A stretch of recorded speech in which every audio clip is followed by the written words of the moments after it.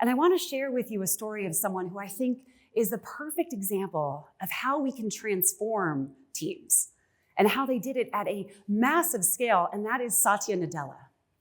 Some of you may be familiar with him. He is the CEO of Microsoft. He took over Microsoft in 2014 from Steve Ballmer, who went on to become the owner of the Clippers. And so he took on a team that was very much into competition.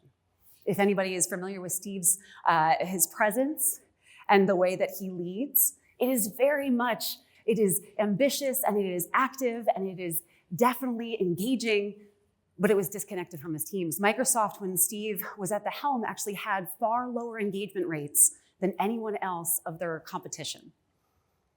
But beyond that, they were falling behind. When Satya Nadella took over Microsoft in 2014, they were a $300 billion company, which is great. However, they had lacking in advances in mobile technology and cloud computing. Satya took over, and all of a sudden, he started to connect with the team.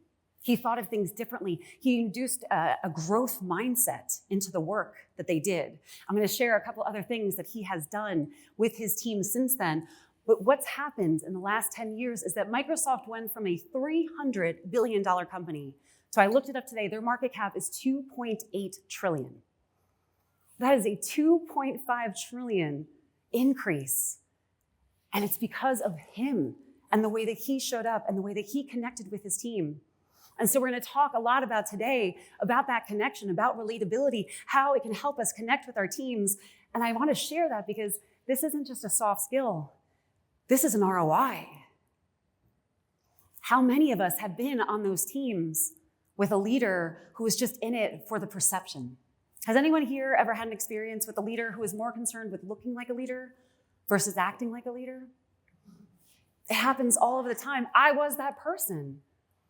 But what we can do differently is through the power of relatability. And that's what we're going to talk about today. I identify relatability as the ability to easily connect to, communicate with, and inspire others and ourselves. It's beyond likable. Likable to me is small talk and small smiles. Ooh, sorry, is that what you're trying to tell me? Microphone. Is that good? Can you guys hear me? Are we good? All right. Do I need to start over? Likable is not what we're going for here. Likable leaders can be nice to be around. They can be easy to talk to, but that's usually as far as it goes.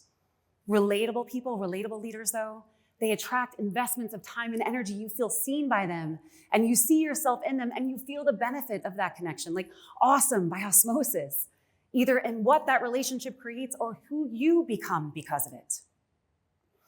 And so relatability is our goal, and I do have to share with you that relatability had an interesting start. And as Mike mentioned in my introduction, I was an expert on Married at First Sight. That's where relatability was born. So I'm going to explain a little bit. I was not a participant. I was one of the experts. And I don't know if anyone wants to admit to watching reality television in here. It's okay, we can talk later. But Married at First Sight is a premise where you actually are matched by experts, and you meet and marry whoever this person is at the altar, sight unseen. Wild. And so they actually go into legal marriages. They follow them for 6 to 8 weeks afterwards, and then they decide whether they're going to stay together or get a divorce. I lasted 2 seasons because I felt like it wasn't quite aligned with what I do and who I am. But it taught me so much because when I left the show, I kept getting these messages. They would send me messages on social media. They would send it on email. I'm just glad they didn't show up at my house, but they kept saying the same thing. Why did you leave? You were such a relatable expert. And so I wanted to understand, what does that mean? What is relatability? And so I began to study after a master's degree in psychology and thousands of research hours later, hundreds of keynotes, and working with organizations across the globe. I realized that it is a skill set. And especially when it comes to leadership, it is a skill set that we need more than ever because our teams are changing.